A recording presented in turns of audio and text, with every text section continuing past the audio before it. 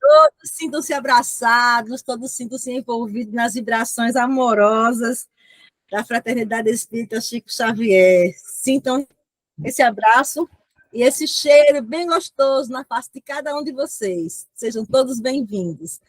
E vamos dar início, nesse instante, a mais uma palestra doutrinária, tendo por tema central sempre a passagem do Evangelho das nossas quintas-feiras da Fraternidade Espírita Chico Xavier.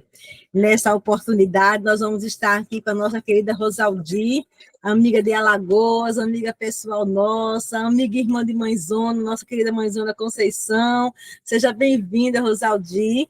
E ela hoje vai trabalhar o tema, o Cristo Consolador, gente. Todo mundo preparado, os corações aí preparados, que é o Cristo Consolador conosco nessa noite. Ai, meu Deus, uma das mais belas passagens, se não a mais bela de todo o Evangelho, é o Cristo falando com cada um de nós. Já estou emocionada aqui, olha. Nós não vamos nos emocionar, vamos seguir adiante com o nosso trabalho, né? Então, antes de iniciarmos os trabalhos, deixa eu fazer aqui só um anúnciozinho, já convidando todo mundo para amanhã, amanhã, sexta-feira, Cine Debate. Todo mundo preparado, vamos assistir o filme Viva a Vida é uma Festa. E vamos trabalhar, à luz da doutrina espírita, os acontecimentos desse filme, que toda vez que eu assisto, eu choro. Porque o filme é lindo, minha gente. Vocês não assistiram? Assistam. O filme é a coisa mais linda do mundo. A vida é uma festa. Então, espero vocês amanhã, virtualmente, às 19 horas. Então, vamos dar início aos nossos trabalhos e vamos pedir que a nossa Zezinha faça a leitura preparatória que já está em tela para todos nós. Boa noite a todos. A mensagem é o arado. E Jesus lhes disse: ninguém que lança a mão do arado e olha para trás é apto para o reino de Deus. Lucas, capítulo 9, versículo 62. Aqui, vemos Jesus utilizar na edificação do reino um dos mais belos símbolos. Efetivamente, se desejasse o mestre, criaria outras imagens. Poderia reportar-lhe as leis do mundo, aos deveres sociais, aos textos da profecia, mas prefere fixar o ensinamento em bases mais simples. O arado é aparelho de todos os tempos. É pesado, demanda esforço de colaboração entre o homem e a máquina, provoca suor e cuidado e, sobretudo, fere a terra para que produza. Constrói o berço das sementeiras e a sua passagem. O terreno cede para que a chuva, o sol e os adubos sejam convenientemente aproveitados. É necessário, pois, que o discípulo sincero tome lições com o divino cultivador, abraçando-se ao arado da responsabilidade, na luta edificante, sem dele retirar as mãos, de modo a evitar prejuízos graves à terra de si mesmo. Meditemos nas oportunidades perdidas, nas chuvas de misericórdia que caíram sobre nós e que se foram sem qualquer aproveitamento para o nosso espírito, no sol de amor que nos vem purificando, vivificando há muitos milênios, aos adubos preciosos que temos recusado, por preferirmos a ociosidade e a indiferença. Examinemos tudo isso e reflitamos no símbolo de Jesus. Um arado promete serviço, disciplina, aflição e cansaço. No entanto, não se deve esquecer que depois dele chegam semeaduras e colheitas, pães no prato e celeiros guarnecidos. Francisco Cândido Xavier, livro Pão Nosso, o livro de coleção Fonte Viva, ditada pelo Espírito Emmanuel. Obrigada, Zezinha. após a mensagem que nos convida a profundas reflexões, vamos acompanhar a prece inicial que a nossa Ariadne vai fazer. Elevemos o nosso pensamento a Jesus, nesses instantes em que aqui nos reunimos e nos conectamos, mentes, pensamentos, corações, para mais uma partilha da mensagem do Evangelho Redivivo. Que possamos, nesses instantes, pensarmos, rememorarmos, introduzirmos em nós os reflexos vivos deste Cristo que consola, destes benfeitores amigos que nos auxiliam na jornada, para que assim possamos conseguir extrair o máximo das reflexões que aqui serão oportunizadas. Inspira, Mestre Jesus, a nossa querida irmã Rosaldi, para que por meio dela possamos também comungar dessa atmosfera e assim estabelecermos uma ambiência propícia para que a tua mensagem penetre em nós. Sê conosco, Senhor Jesus, não só a nós que aqui já nos encontramos juntos, conectados, mas a todos os outros, porventura não puderam acessar nesse momento, e que nos dois planos da vida estejamos nós, guarnecidos pela tua fonte viva. Muita paz para todos. Bom, gente, sejam todos bem-vindos, aqueles que adentraram depois que nós começamos os nossos trabalhos, né? Como a Ari já disse, hoje vamos ter uma noite muito, muito consoladora. Nossa querida Rosaldi, que é de Pernambuco, já está conosco aqui, vai desenvolver o tema do capítulo 6, o Cristo Consolador, o Cristo Consolador, Instruções dos Espíritos, Advento do Espírito de Verdade. Minha querida Rosaldi, seja muito, muito bem-vinda à Fraternidade Espírita Chico Xavier, que Deus lhe abençoe e que lhe inspire para essa nossa conversa tão reflexiva, certo? Você tem até as 9h15, mais ou menos, para expor o tema. Jesus te abençoe. Obrigadíssima, querida Merijane. É uma alegria muito grande. Maceió, né? Mora em meu coração. Sempre que posso, vou aí ver os amigos. É sempre muito bom. E receber um convite desse só me alegra muitíssimo de estarmos aí. E esse trabalho de vocês, né, como estávamos tomando conhecimento, aí é desafiador, requer realmente uma disposição, né, uma disponibilidade e uma união e que realmente é admirável. Que Jesus possa abençoar esse trabalho, abençoar a instituição, a todos, dando sempre muita força, muito ânimo, porque a gente sabe que essas tarefas são um tanto árduas, muitas vezes, né? Então, e a alegria maior ainda é o tema, não é? Como você mesma estava comentando, a gente fica assim, naquela, assim, fervilhando de tanta coisa legal que a gente, ao estudar, ao ler, nos remete a tanta coisa, não é? Porque essa parte do Evangelho que nós vamos refletir, que é dos itens 5 a 8 desse capítulo 6, que o título é o Cristo Consolador, e nós vamos enfocar aí justamente essa questão que fala da vinda, da chegada do Espírito de verdade. Porque Jesus, quando estava aproximando o seu retorno para o plano espiritual, quando ele estava para se ausentar, e se ausentar dos apóstolos, da sua tarefa aqui conosco, né? Então, ele começou a prepará-los, a organizar tudo e a preparar aquelas almas queridas, né, que estavam com ele.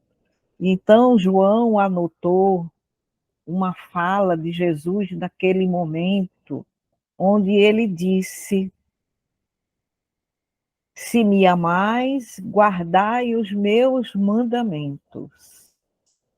E eu pedirei a meu Pai, e ele vos enviará um outro consolador, a fim de que fique eternamente convosco o Espírito de verdade, que o mundo não pode receber porque não o vê. Vós, porém, o conhecereis, porque permanecerá convosco e estará em vós. E, naturalmente, depois dessa época, né, depois que Jesus promete que não nos deixaria sozinhos, aí já nos vem uma questão muito interessante, que é no momento de uma despedida, quando nós estamos nos despedindo dos entes queridos, seja para uma viagem distante, seja para um lugar qualquer, ou seja nos últimos instantes da existência terrena. Sempre nós procuramos nos apegar a algo que nos console, que nos diminua a dor daquela separação, não é?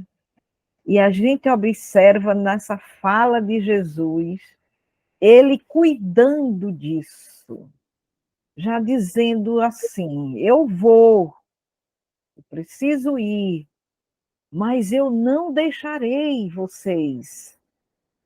Vocês não ficarão sozinhos.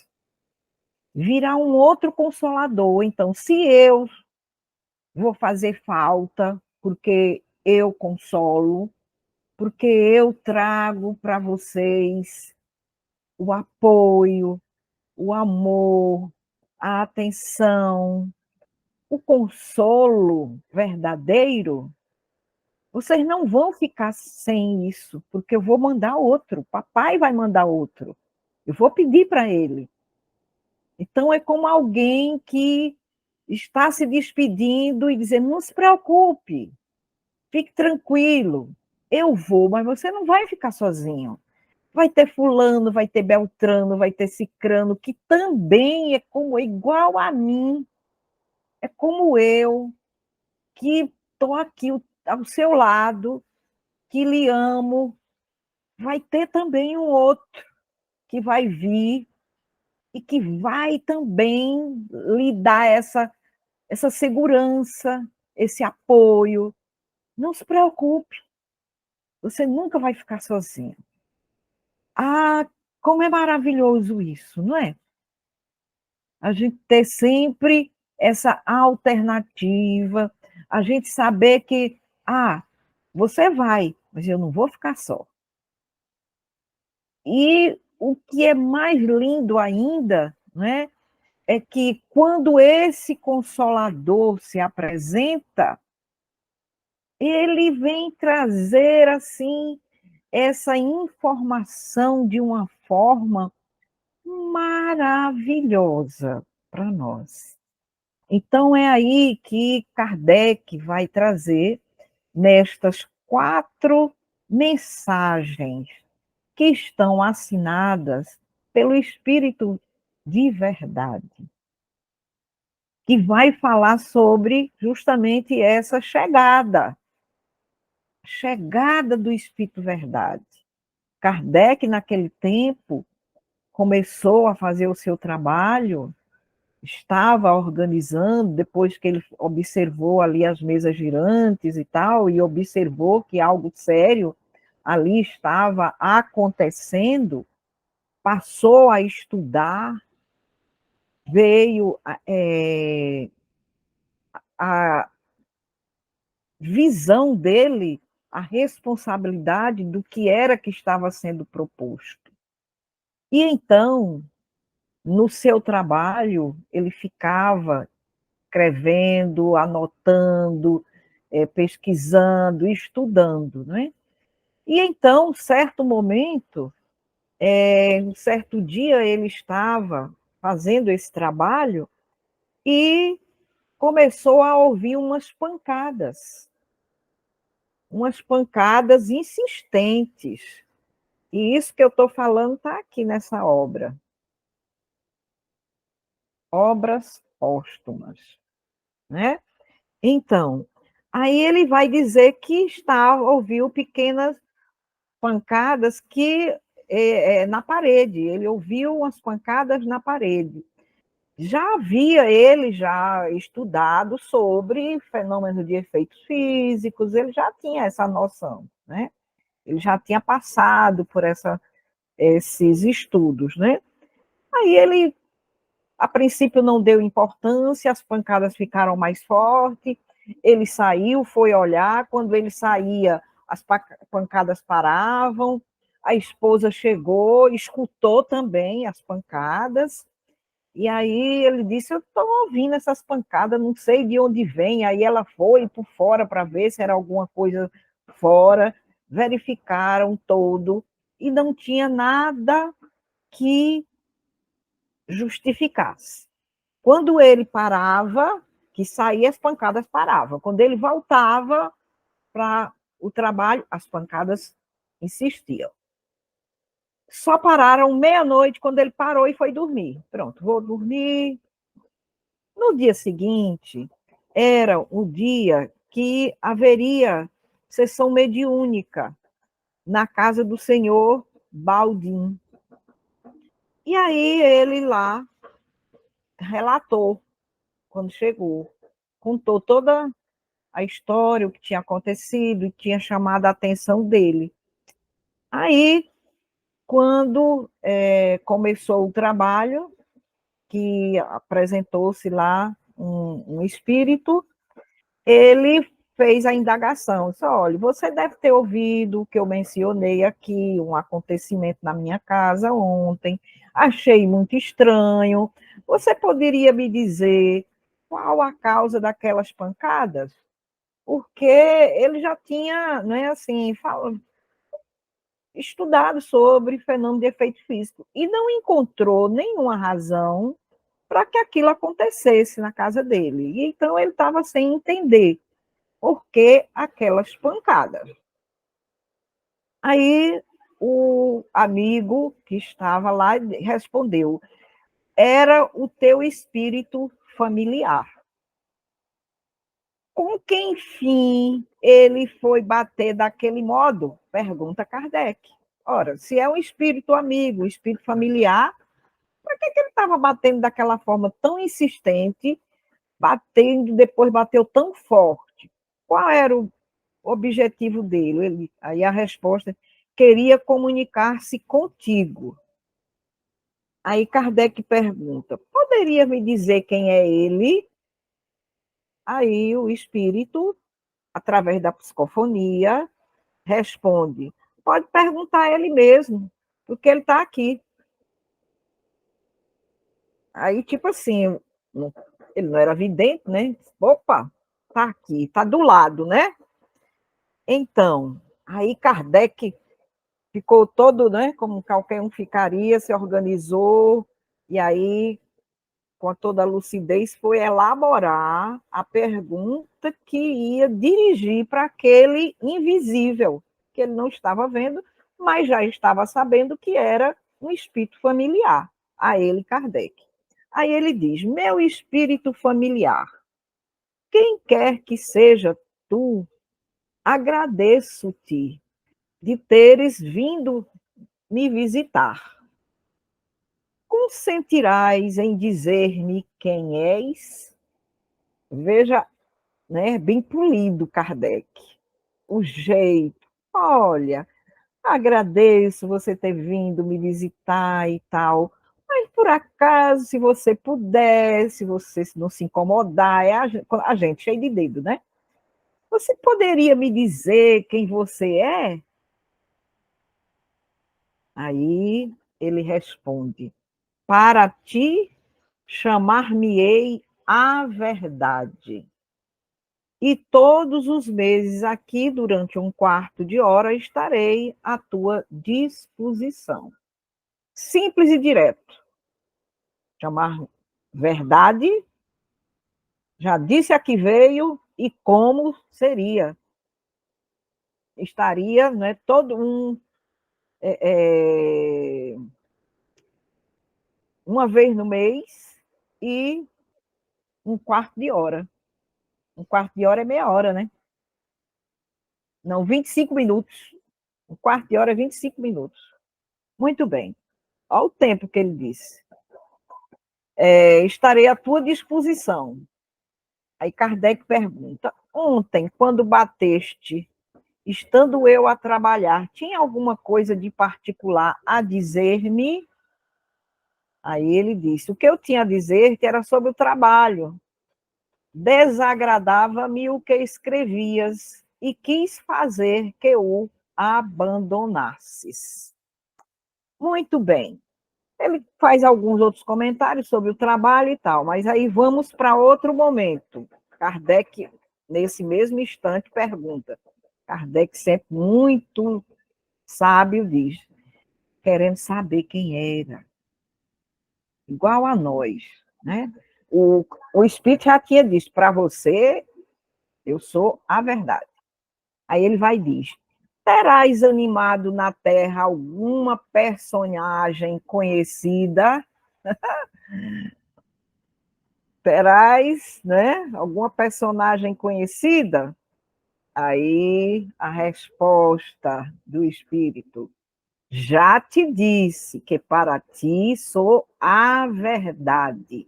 Isto para ti quer dizer discrição. Nada mais saberá a respeito. Então, a chegada, a vinda do Espírito, a verdade, que é justamente o que foi prometido como o Consolador. Então, a gente vê aqui em Obras Póstumas esse registro de Kardec sobre a chegada, a primeiro contato com esse espírito chamado verdade. E aí, meus irmãos e minhas irmãs, tem uma questão que é bem assim, no movimento espírita, né? A exemplo do corpo de Cristo, durante muito tempo, no movimento espírita, foi objeto de discussão, de discordância e, em algumas situações, até de dissidência. Porque a questão de Jesus ter encarnado em um corpo material ou não, ou ser apenas uma materialização. Então, isso durou durante muito tempo, tal. Hoje, graças a Deus, já está tudo mais claro, né? Depois que vai se estudar Kardec de verdade, os registros trazidos por Kardec, porque essa dúvida é porque foi se ver informações em outras obras. Mas quando se ateve a Kardec, aí as coisas ficaram mais claras. Então, existe algumas também ideias a respeito da questão. Quem é esse espírito chamado que se autodenominou a verdade? Para ti me chamarei a verdade. E passou a ser identificado como o espírito de verdade. Quem é esse espírito? Então, existe também, não é, umas questões aí. Para uns, O Espírito de verdade é Jesus, o próprio Jesus. Para outros, é uma equipe de espíritos liderados por Jesus, mas nem sempre sendo o próprio a se manifestar. E aí há muitos questionamentos e tal. Seria o próprio Jesus se comunicando e tal? Bom, nós não vamos entrar aqui nesse aspecto. Vamos deixar que os registros que nós aqui vamos compartilhar com vocês possam dar a cada um a condição de chegar à conclusão que julgar será mais lógica, ok? Então, não serei eu a dar a resposta. Lógico que eu tenho uma percepção, uma visão, chego, mas não me atrevo a dizer que é a verdade. Então, fica como Kardec deixou, para todos nós, né, usarmos da razão, como o próprio Cristo nos recomenda, ele nos deu a inteligência para isso, para que nós pudéssemos fazer uso da inteligência, raciocinar e chegar às nossas próprias conclusões e não nos deixarmos levar pelo que alguém diz que é a verdade. Jesus, quando esteve aqui, né, a gente tem aí muitos registros onde ele disse: eu sou o caminho, a verdade e a vida. Ninguém irá ao Pai senão através de mim. E nessas mensagens aqui que Kardec colocou no Evangelho que estamos estudando hoje, falando sobre essa vinda, a chegada desse Espírito de verdade, nessas 4 mensagens, a primeira, que é a número 5, vejam só se não chama a nossa atenção o que está escrito. Ele diz assim, assinado pelo Espírito Verdade, viu? Isso foi em Paris, e uma coisa que a gente observa, essas 4 mensagens aqui que Kardec trouxe, a 5, 6, 7 e 8, a primeira, essa número 5, foi em Paris em 1860, Espírito de Verdade. Depois, Paris novamente, 1861. Depois, em Bordeaux, 1861. E a última foi em Havre, 1863. Certo? Então, são as 4 mensagens trazidas, anotadas aqui nesse capítulo para nós. Então, ele começa dizendo assim: venho como outrora aos transviados, filhos de Israel, trazer-vos a verdade e dissipar as trevas. O Espiritismo, como o fez antigamente a minha palavra, tem de lembrar aos incrédulos que acima deles reina a imutável verdade. 2 pontos. O Deus bom, o Deus grande, que faz germinem as plantas e se levantem as ondas. E disse: vinde a mim, todos vós que sofreis. Então, a gente percebe aí já, minhas irmãs, meus irmãos, que ele fala na primeira pessoa, né? Venho como outrora, como antes, para falar aos filhos transviados de Israel, que somos todos nós. Somos aquelas pessoas daquela época. E vem trazer a verdade e dissipar as trevas. Aí se refere ao Espiritismo, dizendo que ele fez, como o Espiritismo vem fazer como ele fez antes. Lembrar a nós, porque antes já tinham vindo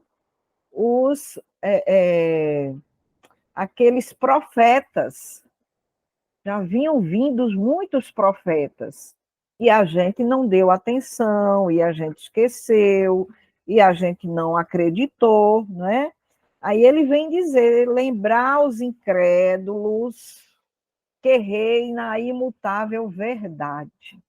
Jesus veio confirmar aquilo que os antigos profetas haviam trazido, confirmar o que Moisés veio trazer também, e vem dizer que a doutrina espírita também vem com o mesmo propósito, de nos lembrar que existe um Deus bom, e que ele é para todos, inclusive observando a própria natureza, vai se ver que é aquele pai que cuida verdadeiramente de nós. Nesse trechinho aqui, no 5, é onde nós vamos encontrar aquela frase: Espíritas, amai-vos, este o primeiro ensinamento. Espíritas, amai-vos, o primeiro ensinamento. E o segundo ensinamento é instruí-vos. É interessante a gente observar que nós precisamos acender essa centelha divina que todos nós temos dentro de nós, que é a centelha do amor. Todos nós somos dotados desse sentimento, diz aqui no Evangelho, inclusive. É necessário que nós acessemos a essa centelha, para que nós possamos buscar, assim, a instrução. Por que não se instruir para amar? Por que ele diz amar e instruir? Sinalizando de que o amor, assim como está no primeiro mandamento, qual é o maior mandamento da lei? Amar. Amar a Deus, amar o próximo e me amar. É amar. Esse é o primeiro, ou seja, a nossa primeira necessidade é garimpar em nós, como diz Joana de Ângeles, é garimpar esse sentimento que existe dentro de nós, está dentro de nós, mas a gente não identifica, não acessa, não libera, não estimula, de forma que a gente tem que realmente garimpar. E quando ela faz, tão interessante quando ela diz isso, garimpar o amor em nosso íntimo, a gente vai fazer assim uma associação. Quando a gente fala em garimpo, as pessoas que garimpam, é fácil o trabalho do garimpeiro? Não. A gente imagina realmente o quê? É um trabalho árduo, difícil, que requer persistência, que requer paciência. Mas tem aí uma questão também que é muito interessante. Por que que os garimpeiros não desistem? Eles insistem. Não é só a questão, vamos dizer, do interesse material. É porque eles têm certeza que ali eles vão encontrar o que eles estão buscando. E nós não garimpamos porque a gente fica pensando que está fora de nós o que nós estamos procurando, que na verdade está dentro de nós. Não é legal? Joana é maravilhosa, né? Então, enquanto a gente está buscando, né? Eu quero amar, eu quero aprender a amar, aí eu vou eu vou treinar com os bichinhos de estimação, eu vou treinar com as pessoas ao meu redor, com os amigos, com as coisas. Eu vou por aí, né? Vou num trabalho voluntário, porque eu sou uma pessoa ainda muito rude, não sei amar, não sei nem o que é isso. Aí vou, certo? Isso é importante, isso nos ajuda, isso nos faz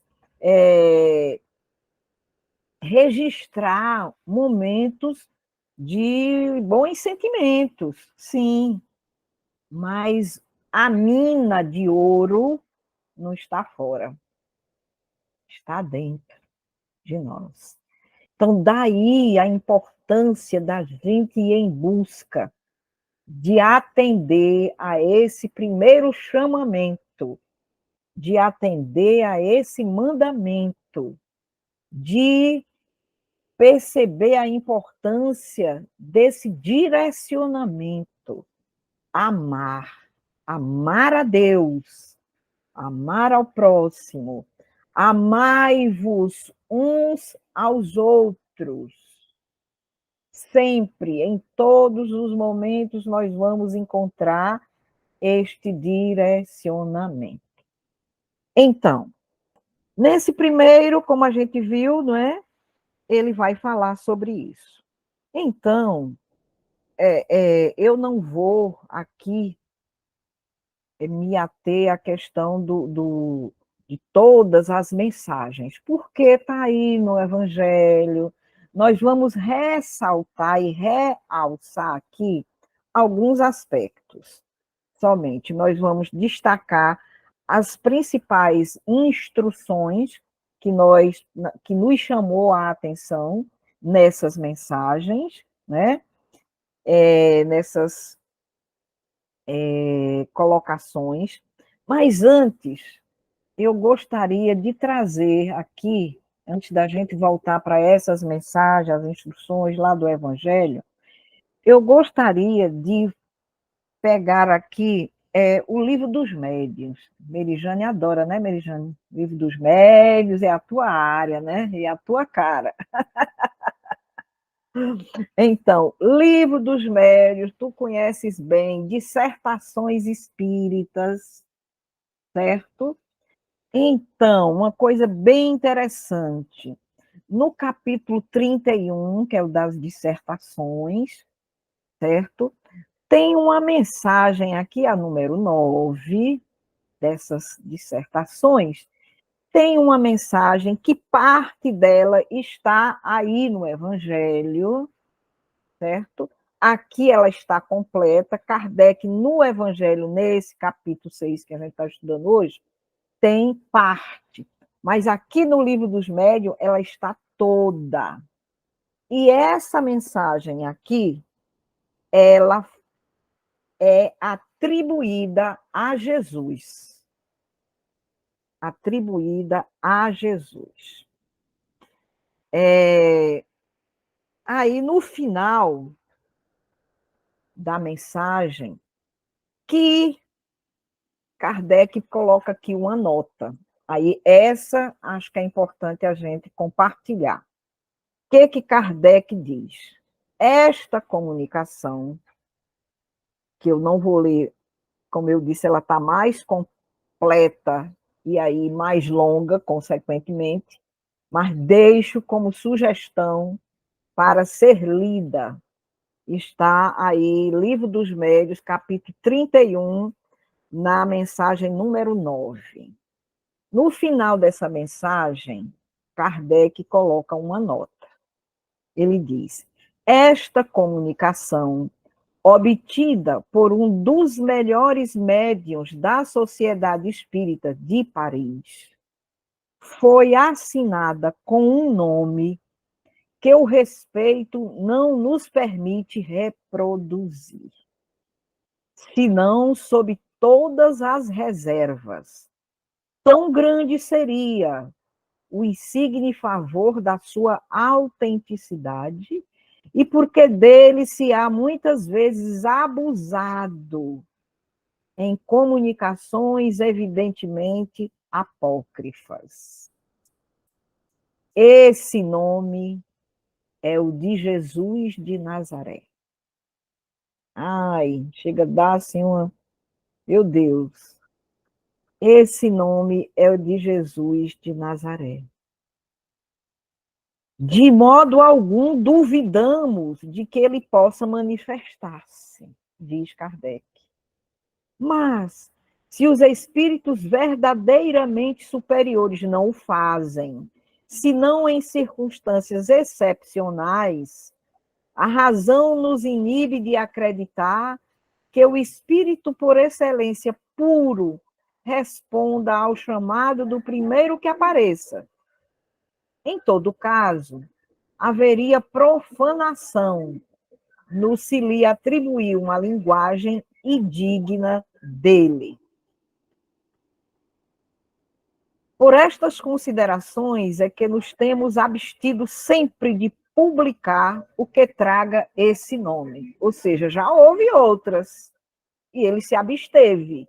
E ele novamente se abstém de colocar o nome dele aqui, para que, né, não haja isso. Aí ele diz aqui, na comunicação acima, apenas uma coisa reconhecemos, diz Kardec. É a superioridade incontestável da linguagem e das ideias, deixando que a cada um julgue por si mesmo, se aquele de quem ela traz o nome não a renegaria. Tá aí, como ele, né, eu digo, deixa a cada um também aí pensar sobre essa questão. Para finalizar ainda esse raciocínio, na revista, segundo Haroldo, está na revista, mas esse texto aqui que eu vou também ler para vocês. Na Revista Espírita de 1864. Kardec, nessa época, 1864, ele estava escrevendo escondido de todo mundo, preparando, organizando o Evangelho, segundo o Espiritismo. Então, ele disse que, depois ele fala, ali em Obras Póstumas, que nem o editor, que era o senhor Didier, que ele compartilhava tudo, estava sabendo o que ele andava fazendo. Então, ele, dentre todas as tarefas que ele tinha, ele cumpria todos os deveres dele e aí reservava um tempo escondido, em segredo, para preparar o Evangelho. Aí, em certos momentos, né, o Espírito de verdade se comunica e aí diz o seguinte: um novo livro acaba de aparecer. É uma luz mais brilhante que vem clarear o vosso caminho. Kardec não tinha dito a ninguém. O Espírito de verdade vem e entrega a Kardec, dizendo, um novo livro acaba de aparecer. Kardec já estava terminando. É uma luz mais brilhante que vem clarear o vosso caminho. E continua a mensagem. Há 18 séculos, eu vim, por ordem de meu pai, trazer a palavra de Deus aos homens de vontade. Essa palavra foi esquecida pela maioria, e a incredulidade e o materialismo vieram a abafar o grão que eu tinha depositado sobre vossa terra. E aí, há várias moradas na casa de meu pai. Eu lhes disse isso há 18 séculos. Estas palavras, o Espiritismo veio fazer compreendê-las. Assina Espírito Verdade. Então, Tá aí, mais informações que a gente pega aqui e ali para a gente pensar. Muito bem. Vamos, então. O tempo que eu tenho, tá 21 aí, pronto, dá tempo.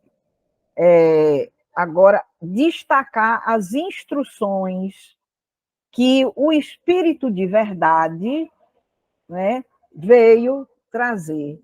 A sua chegada, né, a vinda dele. Ele veio já mostrando aí a que veio. Quando ele diz, eu venho e tal, vim, não sei o quê. Bom, venho como outrora aos transviados filhos de Israel, trazer-vos a verdade e dissipar as trevas. Então, está dizendo a que veio. Jesus veio naquela época e o Espírito Verdade, o Consolador prometido, está também vindo para nós trazermos a verdade, para que as trevas não tenham espaço. Venho instruir e consolar os pobres deserdados. Sou o grande médico das almas e venho trazer-vos o remédio que vos há de curar. Ó, sou o grande médico das almas e venho trazer-vos o remédio que vos há de curar. Não esqueçamos aí de lembrar que ele está falando de que tipo de cura? Cura do corpo? Não é? Sabemos que o objetivo de Jesus, todas as suas falas, ele falava para espíritos doentes, para enfermos, porque só há corpo doente porque há espírito enfermo. Se não tivesse, né, o espírito puro, liberto de todas as questiúnculas que nós acumulamos durante a nossa caminhada, não teríamos nenhum problema de enfermidade ou de doença. Isso é a doutrina dos espíritos que nos diz. Se alguém tem dúvida sobre isso, vamos estudar. Vamos estudar a doutrina espírita. Então, eita, minha bateria está aqui querendo ir para o Beleléu e não está querendo pegar o cabo. Pelo amor de Deus, não faça isso não. Oi? Não vou ter que ir para o celular. Isso leva tempo. Então, vou pegar logo aqui, porque se... Estão me ouvindo? Continuam me ouvindo? Ela está só avisando que está descarregando. Então, aí, ele continua dizendo, os fracos, os sofredores e os enfermos são os meus filhos prediletos. Venho salvá-los.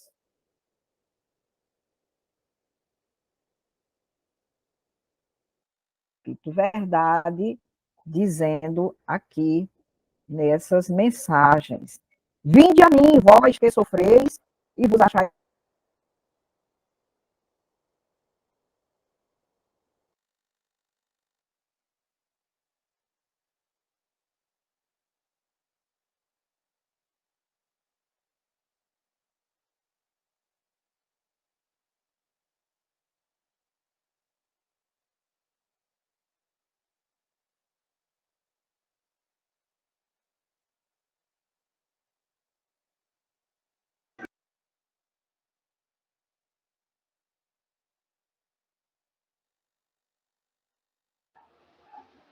Oi, oi.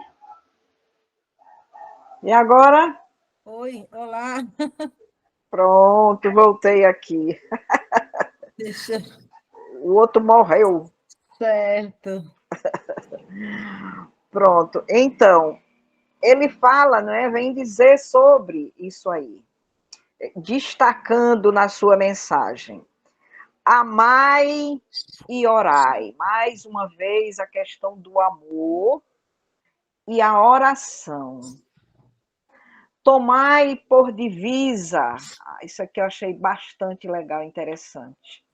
Estas duas palavras, devotamento e abnegação. E ele diz: serei fortes, porque elas resumem todos os deveres que a caridade e a humildade vos impõem. Então, veja, devotamento e abnegação. Devotamento, nós podemos lembrar daquele mancebo rico que Jesus disse a ele que ele devia dar tudo que vendesse, tudo que tem para seguir Jesus.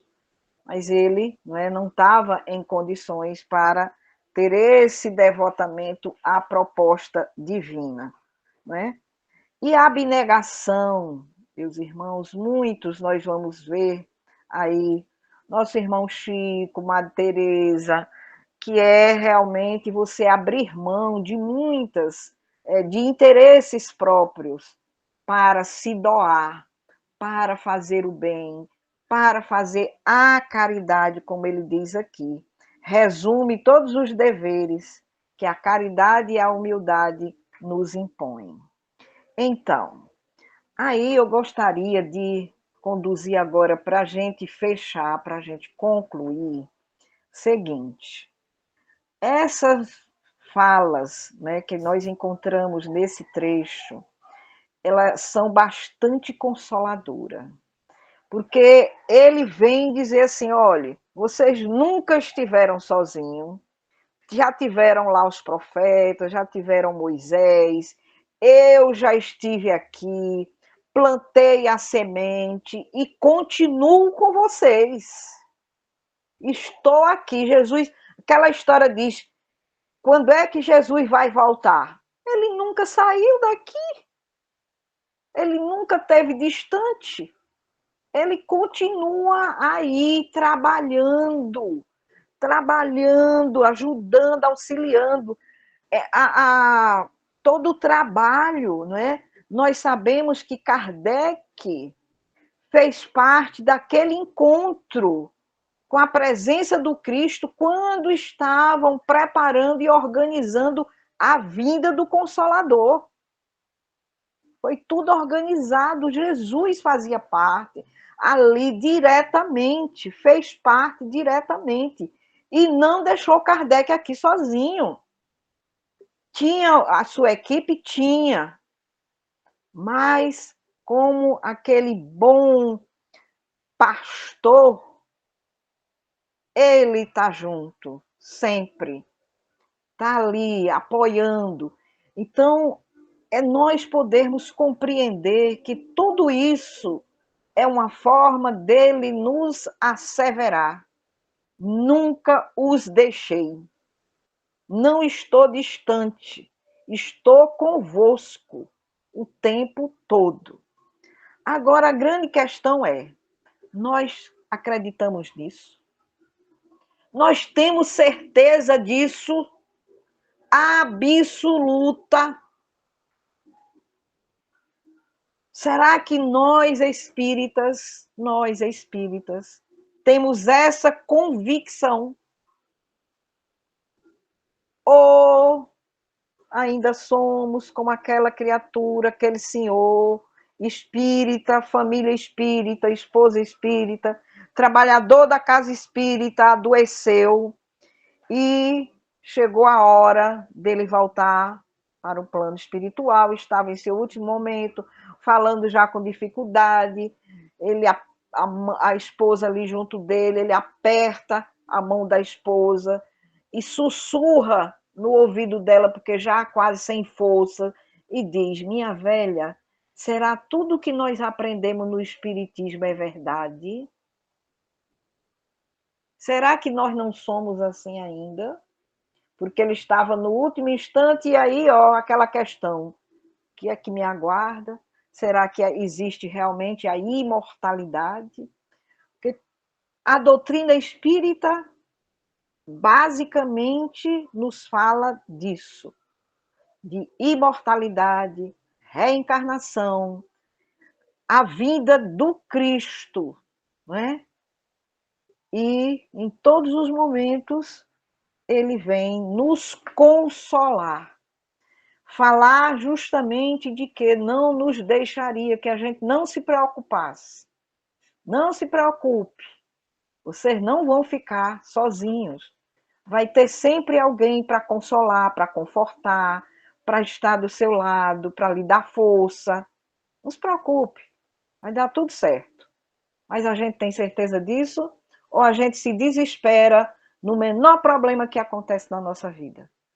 Quando existe aquelas coisas difíceis, quem é que não se desespera, grita, chora, se descabela? Então, é para nossa reflexão, meus irmãos e minhas irmãs.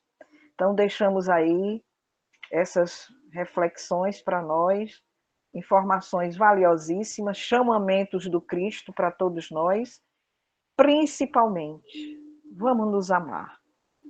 Amando-nos a nós mesmos, com certeza, nós amaremos ao nosso próximo e, consequentemente, amaremos ao nosso Pai. Obrigada aí pela oportunidade. Um beijo grande para todas. Minha querida Rosaldia, gratidão a você pelas suas palavras, pelas reflexões que nos propôs para essa noite de Evangelho da nossa Fraternidade Espírita Chico Xavier. Então, após esse momento, meus queridos amigos, nós vamos fazer a nossa prece final e eu peço que vocês não saiam, que eu tenho um recadinho ainda para o final, tá certo? Então, nesse momento, procuremos visualizar a figura amorável daquele que é o caminho, a verdade e a vida, nosso Mestre Jesus de Nazaré, e ao nos colocarmos diante dele, da sua misericórdia, do seu infinito amor, a ele diremos: Jesus amado, aqui estamos reunidos, Senhor, debruçados sobre o teu evangelho de luz, trabalhando a nossa intimidade para acolher, Senhor, os teus divinos ensinamentos, para que as nossas vidas, para que a nossa caminhada possa verdadeiramente honrar a tua misericórdia e os teus divinos ensinamentos. Muito obrigada, Senhor, por mais uma noite em que bebemos da água divinal do teu evangelho. Gratidão pela nossa irmã estar conosco, compartilhando dos seus estudos, das suas emoções, das suas reflexões. Gratidão a cada um que aqui encontra-se, Senhor, que escolheu estar conosco nessa noite, bebendo da água divinal da consolação. Que a tua luz, Senhor, envolva cada um de nós e envolva a nossa fraternidade Chico Xavier, Senhor, para os trabalhos que virão. Sê conosco, Jesus amado, hoje, agora e por todo sempre. Muito obrigada, Senhor.